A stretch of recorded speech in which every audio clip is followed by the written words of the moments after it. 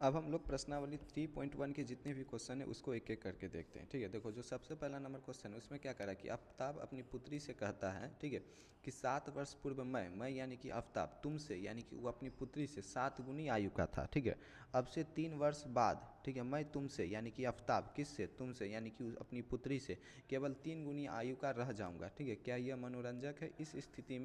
इस स्थिति को बीजगणितीय एवं ग्राफीय रूप में आपको व्यक्त करना है। करना कुछ नहीं है, ठीक है। इस प्रकार के सवाल में हम आपको बताए थे कि पहले तो आपको अगर उम्र वाला है तो पहले दोनों का वर्तमान उम्र आपको ज्ञात कर लेना है। ठीक है, सॉरी मान लेना है। ठीक है, मान लेते हैं हम आफ्ताब का वर्तमान उम्र x मान लेंगे और उसकी पुत्री का वर्तमान हम उम्र क्या मान लेंगे, y मान लेंगे। तो पहले यहाँ पर आपको लिख देना है, ठीक है, कि माना, ठीक है, क्या माना कि माना आफ्ताब का वर्तमान उम्र। ठीक है, पहले क्या करना है, आफ्ताब का वर्तमान उम्र। ठीक है, पहले आपको आफ्ताब का वर्तमान उम्र, ठीक है, आफ्ताब का वर्तमान उम्र आपको क्या मान लेते हैं, मान लेते हैं कि आफ्ताब का वर्तमान उम्र x वर्ष है। ठीक है, तथा उसकी पुत्री का वर्तमान उम्र, यहाँ पर लिख देना आफ्ताब की पुत्री का, ठीक है, वर्तमान उम्र, इसको हम मान लेते हैं कि y वर्ष है। ठीक है, उसके बाद करना क्या, उसके बाद आपको प्रश्न में जो जो चीज़ करा है, प्रश्न में क्या करा है कि 7 वर्ष पूर्व, ठीक है, जब भी इस तरह का सवाल मिले कि 7 वर्ष पूर्व मैं तुमसे 7 गुनी आयु का था, इसका कहने का मतलब कि जैसे मेरी उम्र वर्तमान उम्र x और y है, ठीक है, आफ्ताब की x है और किसकी, उसकी पुत्री की y है, तो आज से 7 वर्ष पहले, तो अगर वर्तमान उम्र x वर्ष है तो 7 वर्ष पहले उम्र क्या हो जाएगा, बोलेंगे भैया x माइनस 7,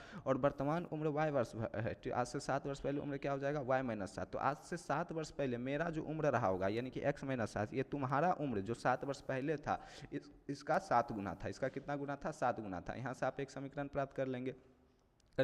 जब 3 वर्ष बाद बोलेगा तो x प्लस 3 कर लेंगे कि 3 वर्ष बाद, ठीक है, उसकी पुत्री की आयु हो जाएगी y प्लस 3, ठीक है, उसका कितना गुना था, तो 3 गुना था। यहाँ से आप एक समीकरण प्राप्त कर लेंगे। ठीक है, इस प्रकार के सवाल में किया जाता है क्या कि जब 7 वर्ष पहले बोलेगा ना तो दोनों को 7 वर्ष पहले यानी कि सेम पीरियड में ले जाएंगे, या फिर 3 वर्ष बाद बोले, ठीक है, तो दोनों को हम सेम पीरियड में ले के जाएंगे। ठीक है, यानी कि दोनों में 3 प्लस कर देंगे, उसके बाद जितना गुना बोलेगा उतना गुना करके आप एक रैखिक समीकरण युग क्या कर लेते हैं, प्राप्त कर लेते हैं। ठीक है, लेकिन वहाँ यहाँ पर अगर ये कहता कि 7 वर्ष पहले मैं तुम्हारी वर्तमान उम्र का 7 गुना था, तब हम केवल इसमें 7 माइनस करते और पुत्री का यानी कि आफ्ताब की पुत्री का जो वर्तमान वर्ष था केवल उसमें 7 से गुना करते। ठीक है, लेकिन यहाँ वर्तमान चूंकि कहा नहीं है, ठीक है, जब वर्तमान कहे नहीं तो हम दोनों को सेम पीरियड में ले जाएंगे। किस पीरियड में, सेम पीरियड में, यानी कि दोनों में से 7 घटाएंगे।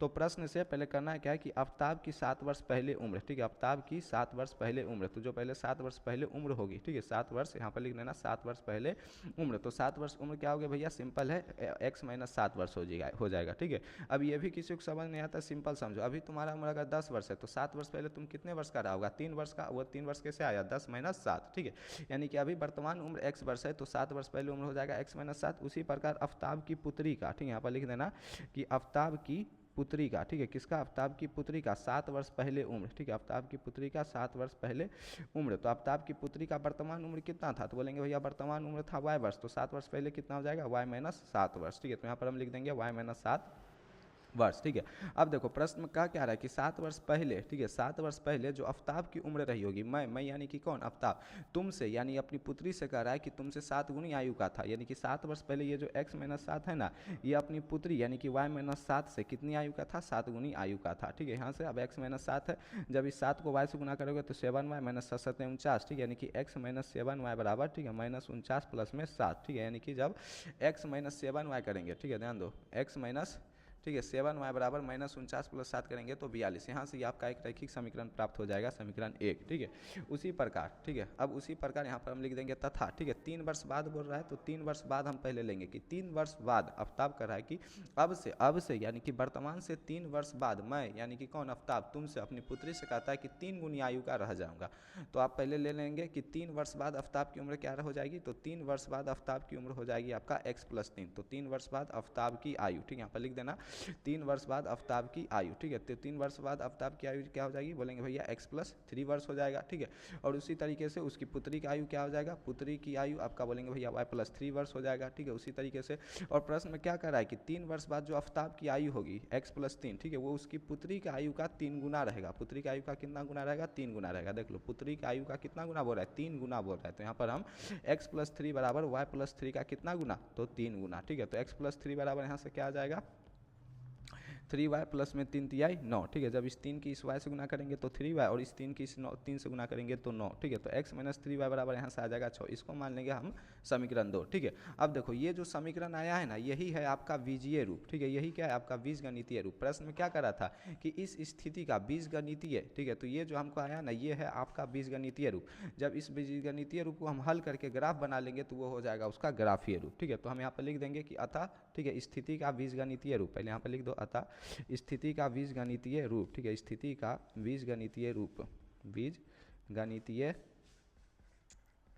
ठीक है, रूप। तो स्थिति का बीजगणितीय रूप क्या आया, ये जो पहला इक्वेशन है ये, ठीक है, ध्यान दो, ये जो पहला इक्वेशन है, ठीक है, ये, ठीक है, और ये जो दूसरा इक्वेशन है ये है आपका स्थिति का बीजगणितीय रूप। तो x माइनस 7y बराबर -42, ठीक है, और ये जो है x माइनस 3y बराबर 6, ठीक है, ये हो गया आपका बीजगणितीय रूप, ठीक है। फिर अब ग्राफीय रूप प्राप्त करने के लिए हम क्या करेंगे, समीकरण को हल करेंगे, ठीक है। तो पहले समीकरण को हल करने के लिए हम क्या करेंगे, समीकरण के लिए बनाएंगे सारणी, ठीक है। पहले हम यहाँ पर समीकरण लिख देते हैं, ठीक है। समीकरण 1 के लिए सारणी बनाने से पहले हम जो समीकरण 1 था उसको लिख देते हैं। ये क्या था, x माइनस 7y बराबर -42, देख लो, -49 + 7 करेंगे तो क्या आएगा -42।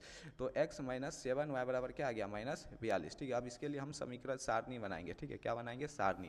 सारणी बनाने में हम क्या बताया था आपको, इस तरीके से आपको एक बॉक्स बना लेना है जिसमें आपको इस तरीके से 3 रो करना है और इस तरीके से 3 कॉलम बना लेना है, ठीक है। इसको आप x और y नाम देना, इसको x, y। उसके बाद हम आपको क्या बताए थे कि x का अपने मान से कोई भी एक वैल्यू एज्यूम कर लो, कोई भी मान x का, ठीक है, लेकिन ऐसा मान लेना ताकि आपका y का मान भी एक पूर्णांक इंटीजर है, ठीक है, और ग्राफ बनाना सरल हो, ठीक है। अब देखो इस पूरे इक्वेशन में, ठीक है, हम x के जगह 0 रख देते हैं, इसके जगह 0 रख देते हैं, तो -7y -42 के बराबर हो जाएगा। फिर माइनस से माइनस कैंसिल, 7×42, तो y की वैल्यू क्या आ जाएगा, यहाँ से 6 आ जाएगा, यानी कि y की जगह हम रख देंगे 6।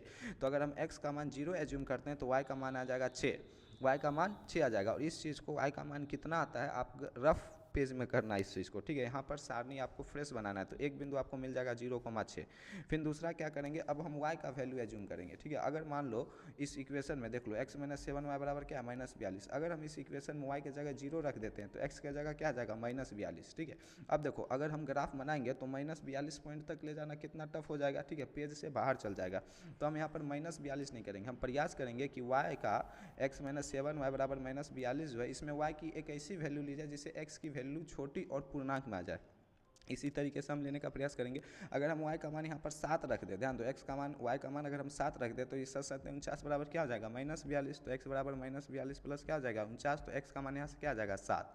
यानी कि अगर हम x की जगह 7 रख दें तो y की वैल्यू क्या आ जाएगी, 7 आ जाएगी, ठीक है। और अगर 7 हमको एक पॉइंट मिल जाता है तो इससे ग्राफ बनाना ईजी हो जाएगा। तो x के जगह, y की जगह अगर हम 7 रख देते हैं तो x का मान भी क्या आ जाएगा, 7। तो इस समीकरण के लिए हमको एक और पॉइंट मिल जाएगा 7,7, ठीक है। उसके बाद क्या करते थे हम, दूसरे समीकरण के लिए, जो दूसरा समीकरण है इसके लिए ग्राफ बनाएंगे, ठीक है। ये क्या होगा आपका x माइनस 3y बराबर 6, 9 में से 3 गया 6, ठीक है। तो पहले हम इस दूसरे इक्वेशन को लिख देते हैं, x माइनस 3y बराबर कितना, 6, ठीक है। फिर इसके लिए हम क्या बनाएंगे, सारणी, जैसे हम करते हैं हमेशा, ठीक है। तो इस तरीके से हम पहले क्या करेंगे, सारणी बनाएंगे, ठीक है। यहाँ पर 3 रो और 3 कॉलम इस तरीके से बना देंगे, ये x, ये y, यहाँ पर x, y।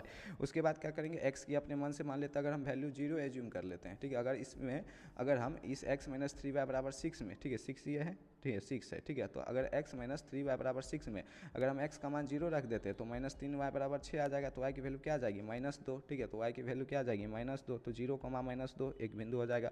अगर y का मान हम 0 रख देते हैं तो x का मान 6, तो 6,0 इसके लिए एक बिंदु आ जाएगा। 6,0 क्या आ जाएगा, इसके लिए एक बिंदु आ जाएगा। इस तरीके से आपको दोनों समीकरण का क्या करना है, ठीक है, सारणी बना लेना। उस तो पहले आपको इस तरीके का ग्राफ बना लेना, उसके बाद आपको बिंदु को दर्शाना है। जैसे सबसे पहला बिंदु है 0,6, ठीक है। तो हम क्या ले लेंगे, x का मान 0, y का मान 6, तो ये 1, 2, 3, 4, 5 और 6, ठीक है। ये जो पॉइंट होगा बेसिकली ये आपका हो जाएगा 0,6, ठीक है। फिर जो दूसरा पॉइंट है वो है 7,7, यानी x की वैल्यू भी 7। तो पहले हम इस तरीके से, ठीक है, x की वैल्यू 7 ले लेते हैं, देख लो, 1, 2, 3, 4, ठीक है, 5, ये 6, ये 7, ठीक है। ये जो आ जाएगा बेसिकली ये आ जाएगा 7। और इसी तरीके से हम ऊपर जाएंगे, ठीक है, y की वैल्यू भी 1, 2, 3, 4, 5, 6, 7, ठीक है। यानी ये जो पॉइंट होगा इस दोनों का, ये जो मिलन पॉइंट होगा बेसिकली ये, ठीक है, ये होगा आपका 7,7, ठीक है। ध्यान दो, ये यहाँ से यहाँ तक ये आपका आ जाएगा, ठीक है, और यहाँ से यहाँ तक, ठीक है। इसको अच्छे से सीधे लेके जाते हैं, ठीक है।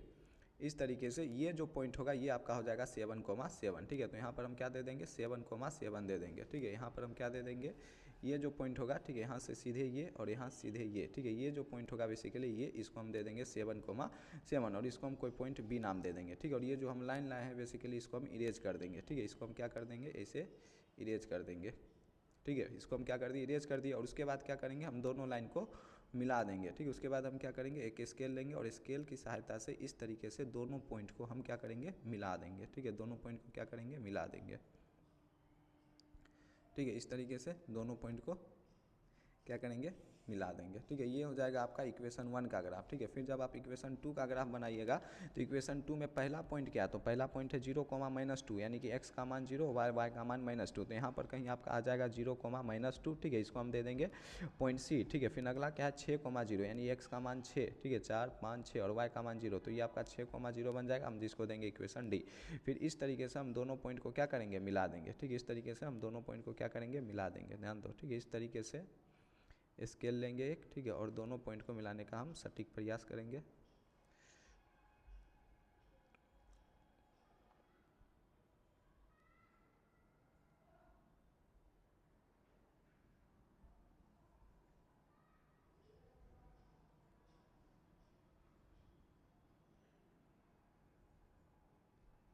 ठीक है, इस तरीके से हम क्या करेंगे, दोनों ग्राफ को मिला देंगे। ठीक है, और ये लाइन कहीं अगर ये जैसे है और ये दोनों आगे जाके कहीं पर एक दूसरे को क्या करेगा, प्रतिच्छेद करेगा। ठीक है, इस तरीके से हम क्या करेंगे, ठीक है, ग्राफ बना देंगे। और ये हो जाएगा आपका पहले प्रश्न का ग्राफीय निरूपण। ठीक है, आपको सवाल में कह क्या रहा था कि हमको बीजगणितीय निरूपण, ठीक है, और क्या करना है, ग्राफीय निरूपण। तो बीजगणितीय निरूपण हम आपको करके दिखा दिए। ये है आपका, ठीक है, ध्यान दो, ये है आपका बीजगणितीय निरूपण और ये है आपका ग्राफीय निरूपण।